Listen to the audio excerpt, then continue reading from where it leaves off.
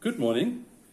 I am Rob Langley, and I greet you on this 31st day of March, and thank you for pausing to listen to this reflection.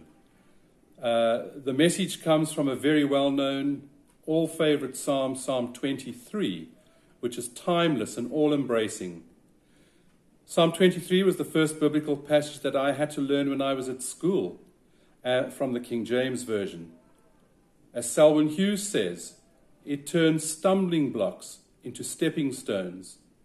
David wrote this psalm out of his earlier experiences because he had spent much of his early life caring for sheep. Sheep are completely dependent on the shepherd for provision and guidance and for protection. In fact, they are among the few animals on earth that can't defend themselves, and they are totally vulnerable and would therefore need the shepherd's protection. As followers of the Lord Jesus Christ, we too should be completely dependent on him as our shepherd for our provision, our protection, and for our guidance. It is not a surprise that we are likened to being like sheep, for there are many qualities that we have in common. As someone said, it is by no mere whim on God's part that he has called us sheep. Our behavior patterns and life habits are so much like those of sheep that it is well nigh embarrassing. The writer Philip Keller, who spent some years working as a shepherd in East Africa, makes reference to the shepherd that he knew who was indifferent to the needs of his sheep. He gave little or no time to his flock, letting them pretty well forage for themselves as best they could, both in summer and in winter. They fell prey to dogs, cougars, and rustlers, and only drank polluted and muddy water. So I read up a bit on the characteristics of sheep, and the more I read about them, the more similar I found that we are similar to sheep. They are timid animals, and they will not lie down in green pastures unless they are free from all fear, unless they are free from friction with other sheep, free from torment by flies and by parasites, and free from hunger. The shepherd calms and reassures his sheep, and they like to be aware of his presence nearby to dispel any tension or terror of the unknown. A shepherd often slept in the gateway to the entrance of the sheep's enclosure. In John 10 verse 7 we see Jesus, who calls himself the Good Shepherd, and he tells us that he is the gate for the sheep. The shepherd deals with friction among the sheep by walking among them, to discipline the offender and to reassure those around him. He has great compassion for those who get butted and pushed around by the more domineering sheep.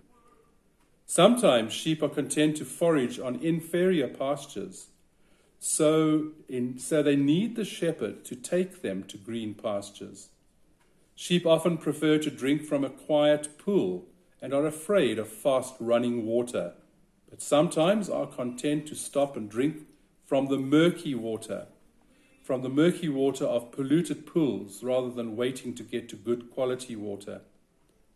If and when a sheep is cast down, which is an old English shepherd's term for a sheep that has accidentally fallen over and turned on its back, and it can't get up by itself, it needs the shepherd's help. Otherwise, panic and fear sets in. And so the shepherd needs to keep on counting his sheep and saving repeatedly and restoring these cast sheep. Sheep wander and get lost for many reasons, but mainly through heedlessness and also through inattention. They are stubborn and self-centered and self-willed creatures. If left to themselves, they will invariably wander off in a direction of their own choosing. And Isaiah 53 verse 9 reminds us that we too, like sheep, have gone astray. The shepherd's rod was an object of discipline, not to hurt or to injure the sheep.